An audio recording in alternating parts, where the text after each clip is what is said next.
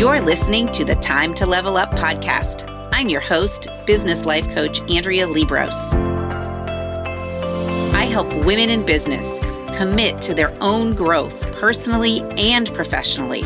Each week, I'll bring you strategies to help you think clearly, gain confidence, make your time productive, turn every obstacle into an opportunity, and finally overcome the overwhelm so that you can make money and manage life. Let's create a plan so you have a profitable business, successful career, and best of all, live with unapologetic ambition. Are you ready to drop the drama and figure out the how in order to reach your goals? You're in the right place. It's time to level up. Let's do this.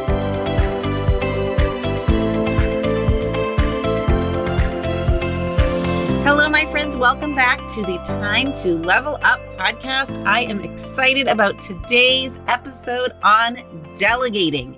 And I want you to know that no matter what client I am coaching, whether I am coaching someone one-on-one, whether I'm coaching them in my group coaching program, Committed to Growth, whether I am coaching them as part of a team inside a business, whether I'm coaching them in a deep dive, intensive one-day session, it really doesn't matter how I'm coaching them or whether or not they're an entrepreneur or a small business owner or leading a team. It doesn't matter.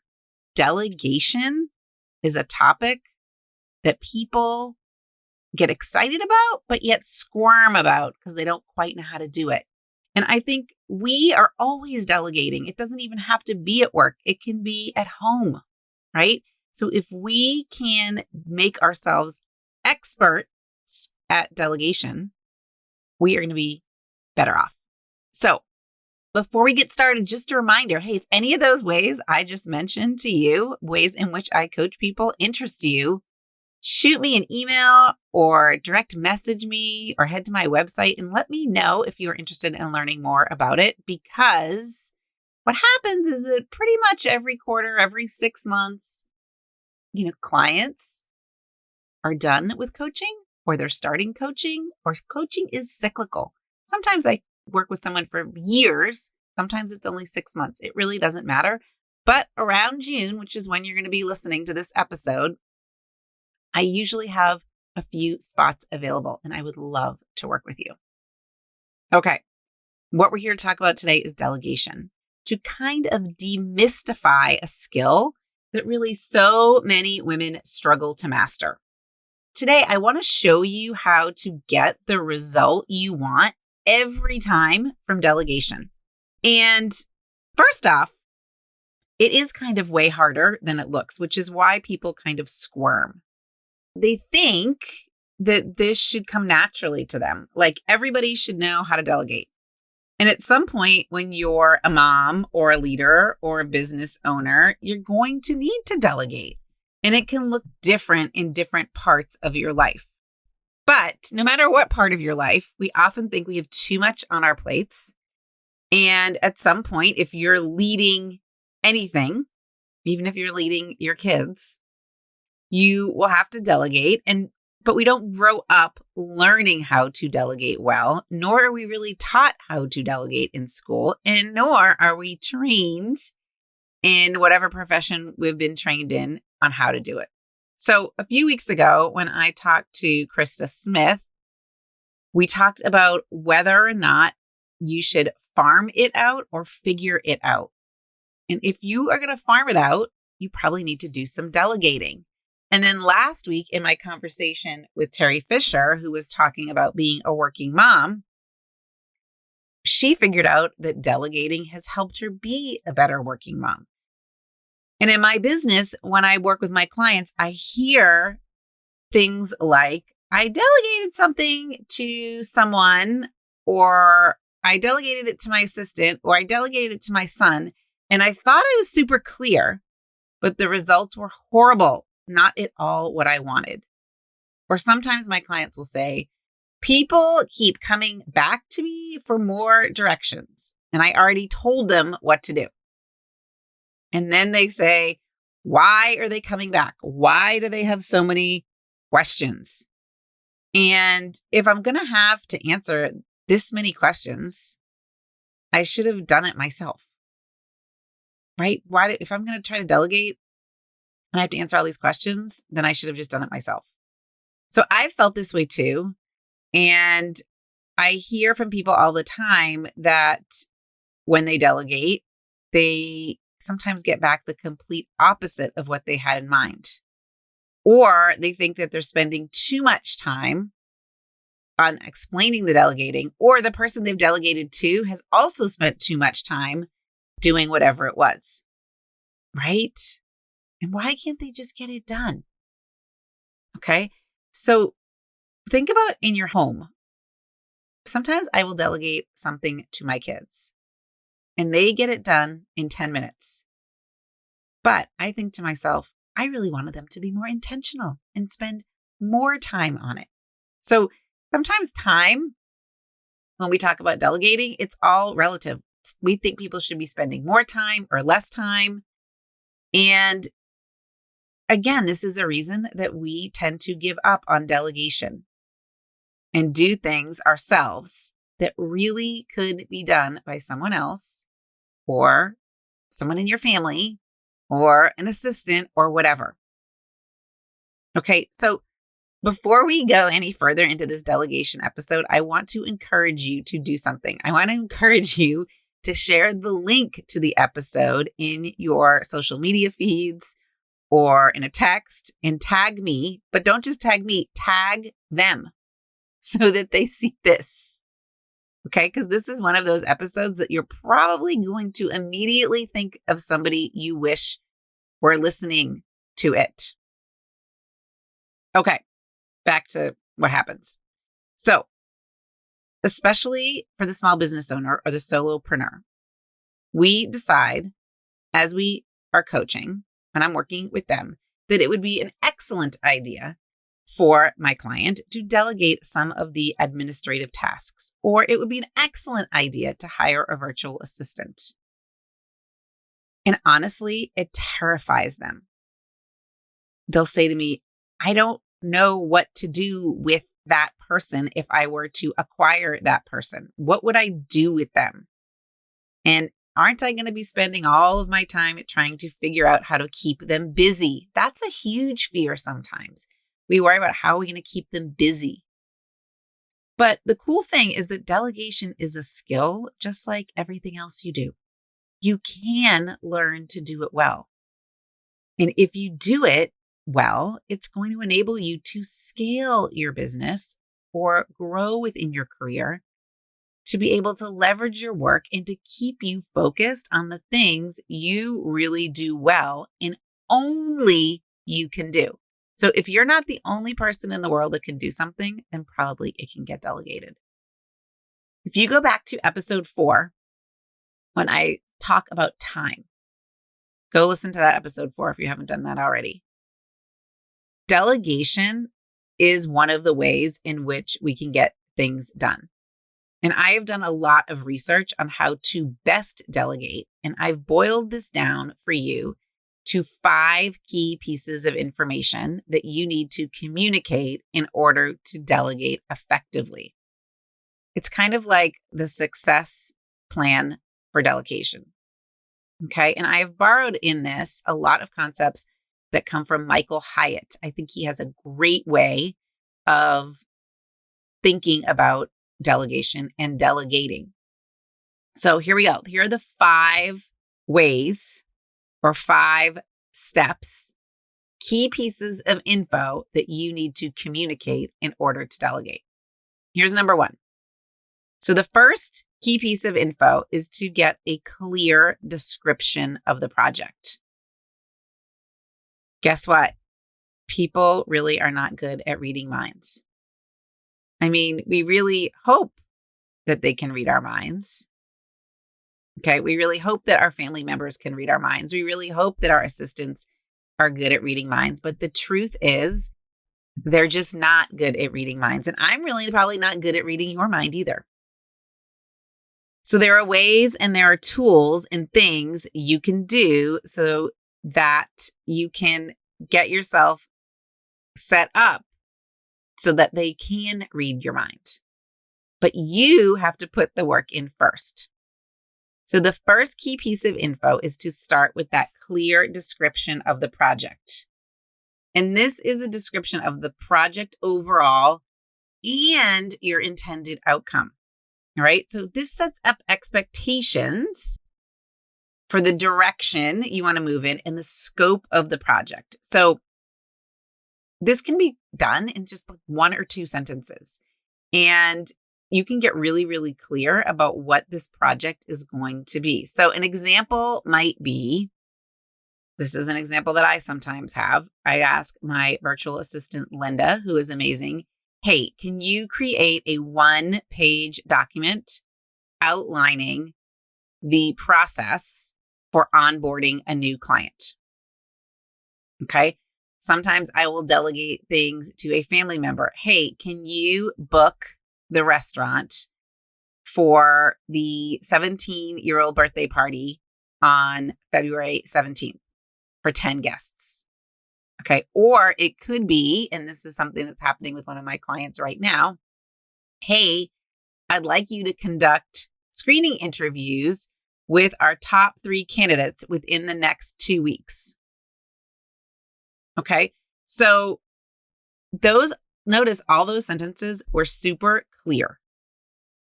And you've communicated also the intended outcome, right? You want them to book the venue. You want them to conduct the interview. You want to create the 1-page. Now, sometimes people say to me, well, should I be like writing this down when I'm delegating? And I really think it depends on how you're communicating.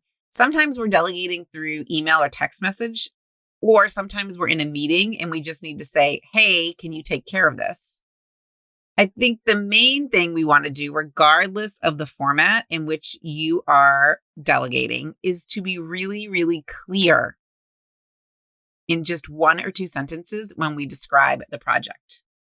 So sometimes I find when I'm working with my assistant, Linda, I will have to kind of pause and say, hey, can you just make sure that you get to this before Friday end of day? So it's like just pausing and being super direct and saying, hey, can you just make sure that you get to this by Friday end of day? So we just want to capture that direction. So for beginning delegators, it's helpful if you can write it out, kind of like a thought download, almost write it out on paper so that you have clarity. Okay. And you know that when you have clarity, you're better at being clear when delegating. Now, something I've learned that's super helpful. Always start your delegating with a verb. Okay, with a verb, because they're actions you want people to take. There's an action, and an action requires a verb. And I'm asking them to do something and have a specific outcome. So always start your delegating with a verb and always include a deadline. So they will be able to know clearly when it is done, because you've told them what the outcome needs to be, and when it needs to be done by. You've given them the deadline. So I talk about that verb piece when I talk about goal setting a lot. And you need to start writing down even your daily goals or your daily to-dos with an action at the beginning. So it's really clear this is how you're going to act. And when we delegate, sometimes we forget this and we say, hey, do you mind can you do this? Versus, can you please create this by X day? So it really helps if you start with verbs. And when we say that our people can't read our minds, sometimes I'm not sure if I can read my own mind, to be honest. So I've found in working with Linda that sometimes when we're talking about something, I just don't know what I really want. And I have to pause and say, I'm going to get back to you.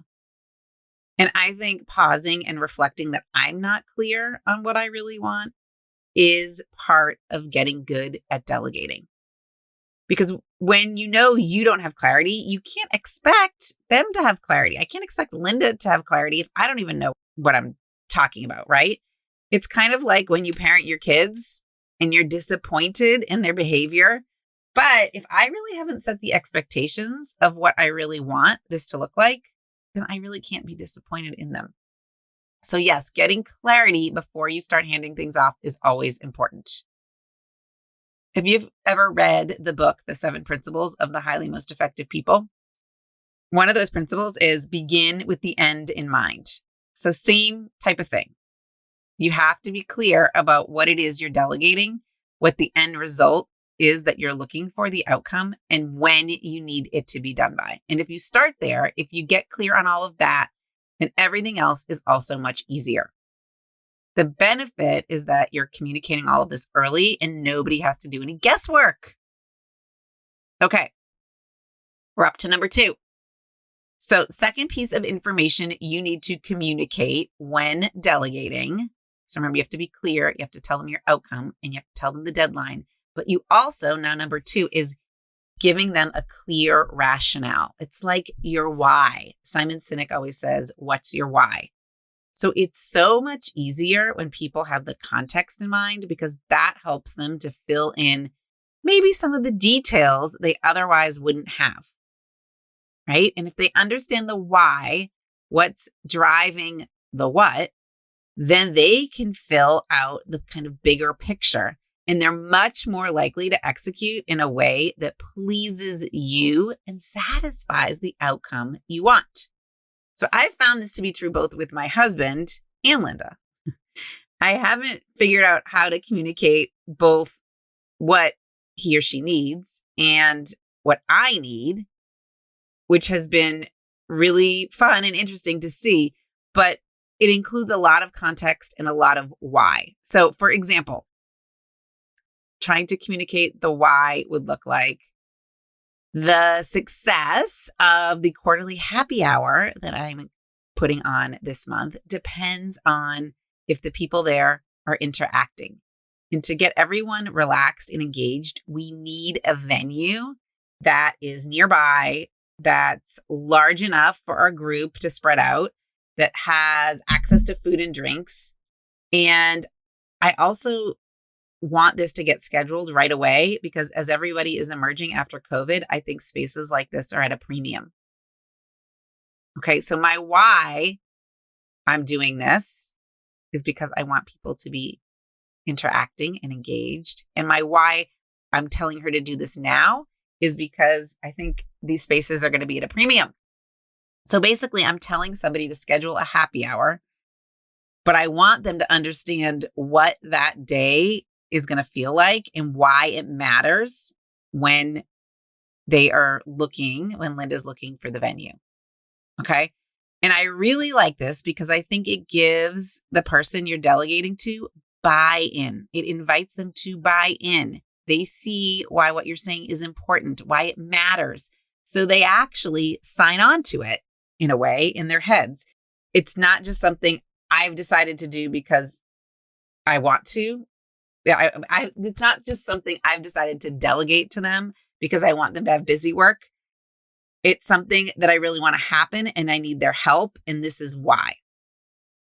So it may also sound like sometimes if we're not giving them the why, it can sound like we're just giving them that busy work and we're expecting them to connect all the dots. And how would they know what all the dots are and how they connect?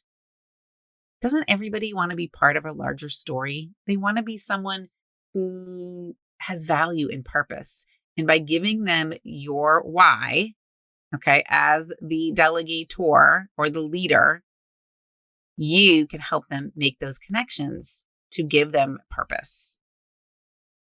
If people don't feel like they have a sense of purpose with anything, even chores at home, if they don't feel like their work really matters, it's really because you haven't articulated the why.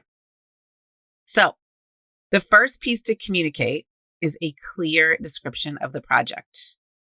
The second piece is the clear rationale or the why. And that brings us to the third piece of key info, which is a clear set of parameters. Okay. So when sometimes my clients say, I delegated that to them, but I haven't heard back from them. They went rogue. What's happening here? We're talking about parameters. So remember a time when you've not been clearly delegated to, and you kind of kept pushing the project off to the side. What were you afraid of in the moment? You were probably afraid of underperforming, that you weren't going to be able to do it, that you weren't going to be able to hit the goal that was expressed to you. And you may not even know what the goal is or how to achieve it. You don't have clarity, right? So you're afraid you're going to take either too much ownership, or you're crossing the boundaries line, or you're going to be having to make decisions you weren't authorized to make. So setting clear parameters really resolves all of these issues. When you're delegating to your own people or your own family, you really want to put yourself in their shoes and empower them with parameters that help them execute on what you've asked. So I think of this as that piece of information, or the outcome is really the what, the rationale, which it's the second piece is the why. The outcome is the what. Okay. And the third piece is really about the how. How do we want it done? What are the parameters? Now, we don't like micromanaging, right? So we're not going to give them too much detail, because honestly, we don't care a lot of the times how it gets done, or we shouldn't care how it gets done. But there are probably some parameters or boundaries that need to be clear so people don't underperform or go rogue on us. Okay, so a great way to do this is to include kind of milestones in the project, if there are any. So saying, hey, by 2 weeks, this needs to be done. And by 6 weeks, this needs to be done. And by 1 week out, it all needs to be completed. So that helps avoid pitfalls, and it helps avoid people going rogue, right? And you're not setting them in blind as to what the timeline is. You're empowering them with things, and you're telling them how much authority they have to continue talking about it with you, right? When do you want the check-ins to be? So most of the time, I really don't care about knowing all the details. I just did this as a team mom for my daughter's lacrosse team. I told another mom, hey, decorate at your discretion for the team dinner within the budget. So basically, I'm saying to them, these are the boundaries that you can go to. You can go as far as you want, but don't cross the budget line. That's what I'm talking about with parameters. I think the big benefit here is that you're going to give people a clear target and kind of like guardrails or bowling bumpers so they don't go off the road or get lost in the weeds. You're going to get an outcome that's more predictable because you've set the guardrails and they can travel down the road, or the ball doesn't go in the gully at the bowling alley. Okay, let's move on to number 4. Fourth piece of key info. You want to communicate when delegating. You want to communicate what a clear win looks like, or sometimes I like to say, what would make this a home run?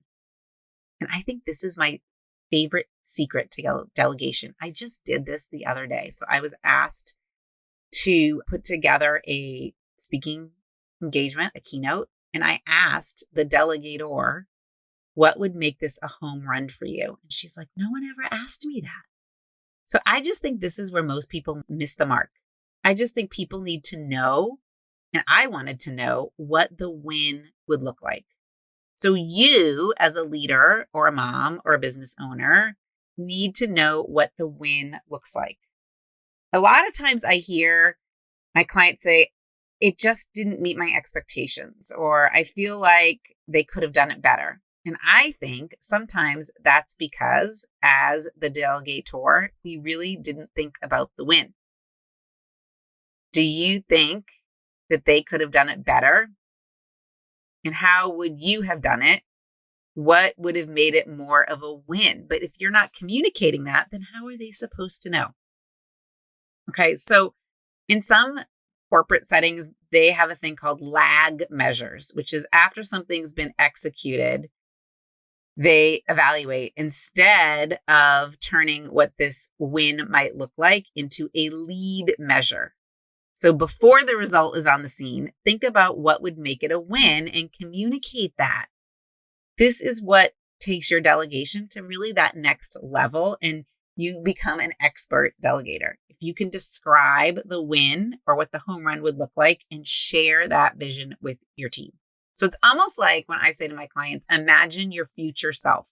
It's like you're standing in the future and you're describing the project and how it went when it was completed in as much detail as you can. Again, it's not like micromanaging, but you can get the expectations that are in your head out of your head and into your delegates' head so they can have a better chance of replicating the project. Okay?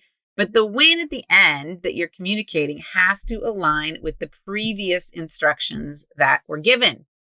So don't give them a whole new bunch of instructions. Make sure everything aligns. Maybe you have to go back to steps 1, 2, and 3. But describing the win really shares that vision with your team. Okay, so you want to make sure you're clear and objective when you're communicating that win. You want to make it parallel or aligned with all the previous instructions you gave. You want to give parameters, and you want to communicate the why, and you want to communicate what the end looks like, what the win looks like.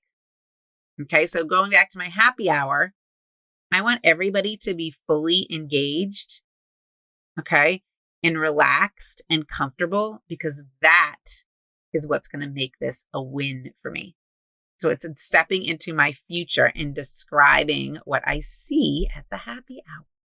So there should be no surprises at this point, because your delegate understands clearly what you expect. They know the why, they know the how, they know the parameters, and you've defined the win. So you really should get to the end of this delegation and both be on the same page. Okay, so let's just talk about time for a brief second. If I'm a leader and I'm not great at delegating and I avoid it and think I can do everything on my own faster than everybody else, what I just talked about might seem like a lot of steps. Have you ever thought about this, that you think it's just going to take too long to delegate? I bet you have. But here's the problem. I hear from leaders all the time who say, if I want it done right, I've got to do it myself. That's because they don't take time to delegate. And I promise you, doing it yourself takes a whole lot longer than going through this process. And this whole process from start to finish, and I do it a lot, takes about 20 to 30 minutes. It's not that big of a deal. So there are some things that are smaller and that can go way faster. But even if at most it takes 20 to 30 minutes, then in the long run, there's a big benefit. Okay, there's a big benefit because you are setting yourself up for success for the future. And if you don't do it, then you're missing out on the real benefit. Because if you're not doing it, you're missing out on the benefit of time saved later. And if you're not doing it with these steps, you're missing out on the benefit of getting what you really want. So think about repetitive tasks. When it's a one-off, this is still going to get it off your plate and ensure it's well done. But if it's something you've had to do every day, think about the time you save by just those few minutes of investment on the front end for something that's repetitive. Okay, we all have things that we do all the time that someone else could be taking care of and take off our plate, which, talk about dollar value that could potentially be put back into your business or your life. That's huge. All right, so let's move on to the last thing. The fifth and final piece of info you want to communicate when delegating is a clear level of authority. And this is where I think Michael Hyatt really is amazing, because he's created 5 levels of delegation. And it's really vital to use these levels to be clear on exactly what authority your team has to take action. This is kind of where it divides it all up. And I have learned this almost as a second language. And if I can get my clients to understand these 5 levels of delegation, it is like worth $1 million. So here we go. You ready? Okay. Level 1 is do exactly what I ask you to do, which might sound like buy this specific gift for this specific client. I love gifting clients, by the way. So it might say, hey, Linda, buy this specific gift for this specific client. I've already researched it. I know what I want. Just do it. But if it was a level 2 delegation, I might say, hey, research gift giving. Tell me what you think 5 amazing gifts would be for clients and report back.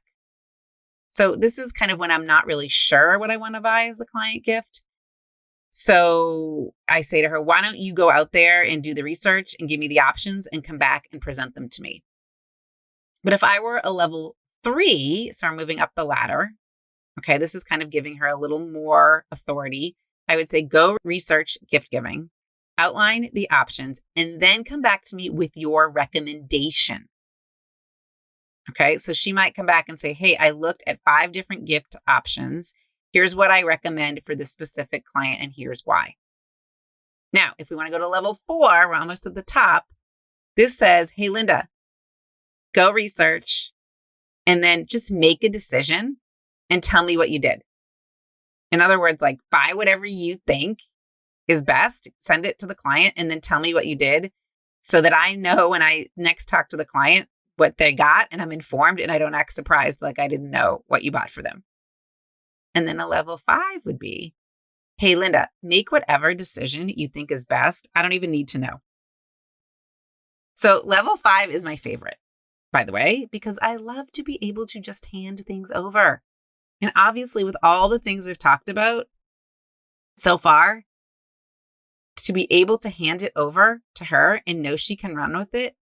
And as somebody who is also delegated too, I love not to be micromanaged, but I want those clear parameters and that what's the win in mind to be able to execute. So it's so great when you can do the level 5. Now, this is the highest level of delegation, and it takes a lot of trust, and it's kind of a journey to get to that level, but it's also so fun. It's so fun. We have to remember, though, that this is really a little bit about trust. It's about trusting yourself in that you've communicated everything effectively, and it's about trusting that other person. And I think it's important to point out that Linda and I have been working together for about 2 years, and we've been practicing the various levels of delegation for a long time and kind of learning how to give tasks in this way. So I knew for sure that she could handle the project. I had full confidence. That's probably not going to be the delegation level you're going to start with first day, okay? But you're going to work up to it. And I know those levels may be hard to take in kind of audio format. So I have created a free resource for you called 5 Levels of Delegation Cheat Sheet. It's going to be linked in the show notes. And it's kind of just a handy tool to keep around. Maybe tuck it in your planner or tape it next to your computer.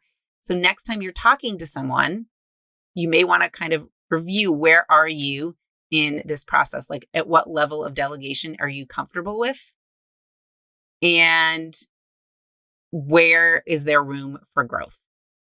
Who doesn't love a good cheat sheet too? So you can check out that free tool linked in the show notes, or it's also linked in the free download section on my website, AndreaLiebross.com.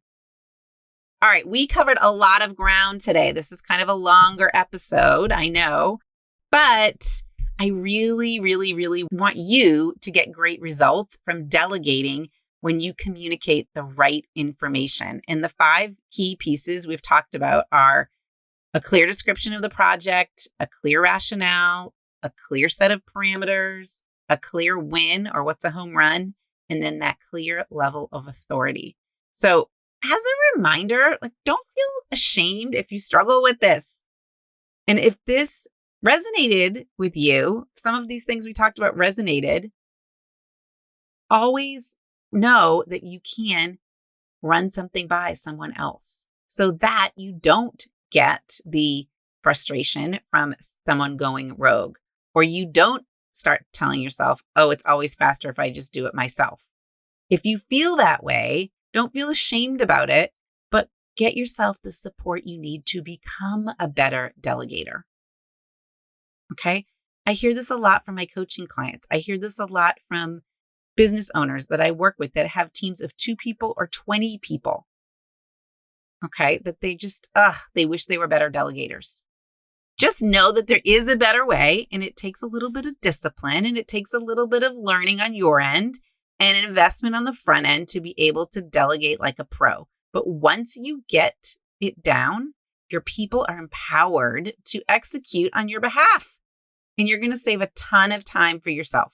So it's so important. So don't feel bad about it, but also don't stay stuck in a rut. It's time for you to be a great delegator. So it's also time for you to level up. And if you would like to work with me directly in one of the many ways that I am currently working with clients, both I'm working one-on-one, I'm working with them in groups, I'm doing VIP deep dive days, and I'm also working with business owners who are trying to get out of the day-to-day and empower their team to lead and grow by creating kind of an operating system. Lots of different ways I'm working with my clients. Reach out. Okay? You don't have to go it alone. You don't have to fly solo. If you want to grow your career or grow your business or make more money or achieve bigger results, here's the thing. You need a team to achieve your dream. And in order to make best use of a team, whether they're independent contractors or employees or your family, you have to learn to delegate. That's why this is so important. So share this episode with people who need to improve delegating, and then reach out to me and let's have a conversation about how we can work together. You can reach me at andrealiebross.com, or you can head to my website and click to set up a call. I would love to talk to you. Okay, until next time, remember, it is always time to level up your game. Have a great day. Talk to you soon. Thanks for tuning in to today's show. If you're ready to commit to personal and professional growth, move forward, make money, and manage life, head to AndreaLiebross.com. That's AndreaLiebross.com to find out about the ways we can work together.